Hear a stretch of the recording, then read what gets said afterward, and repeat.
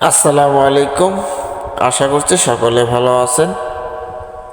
তো যাই হোক, আমি কিভাবে ভারতে গেলাম এটা হয়তো আপনারা ভাবতেছেন যে আসলে পাসপোর্ট ছাড়া কিভাবে মানুষ ভারতে যায়।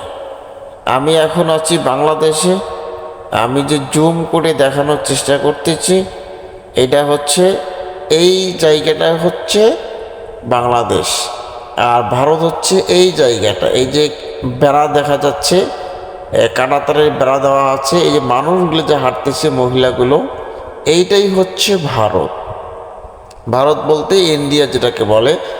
আর এটা হচ্ছে মন্দির ভারতের। আসলে ভারতে বেশিরভাগ মানুষই তো আসলে হিন্দু। হ্যাঁ, তারা এখানে মন্দির, যারা আমরা যেরকম বাংলাদেশে বেশিরভাগ সময় হচ্ছে মুসলমান মানুষ, সেরকম ভারতে হচ্ছে হিন্দু মানুষ বেশি। তারা মূর্তিটাকে বেশি পূজা করে। এগুলো হচ্ছে তোমার বাংলাদেশ। আর বাংলাদেশের পরে যে সবুজ ঘাস যে ইয়েগুলো দেখাচ্ছে, এর পরেরটা হচ্ছে ভারত। আমি এখন বাংলাদেশের মধ্যে আছি। বাংলাদেশের সীমানা হচ্ছে এই দিকে, আর এই পাশের যে সীমানা হচ্ছে, এই সীমানাটা হচ্ছে ভারত। এই যে সবুজ ঘাস, যে ধান ক্ষেত দেখা যাচ্ছে, এটাই হচ্ছে বাংলাদেশ।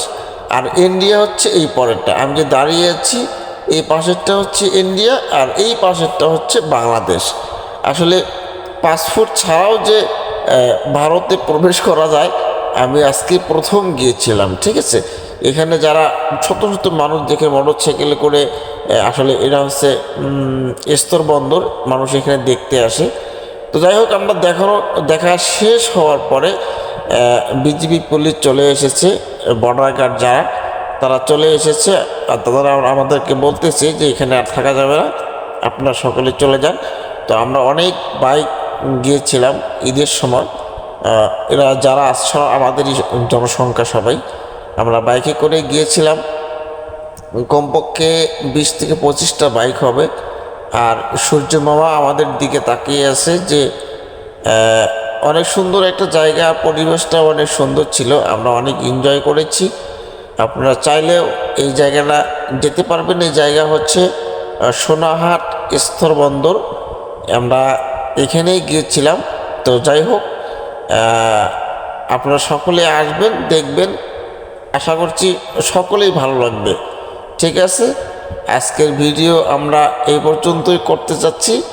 তো সামনে ভারত, এটা আমি আমার ফ্রেন্ডকে বলতেছি যে আমাকে একটু ভিডিও করে দে।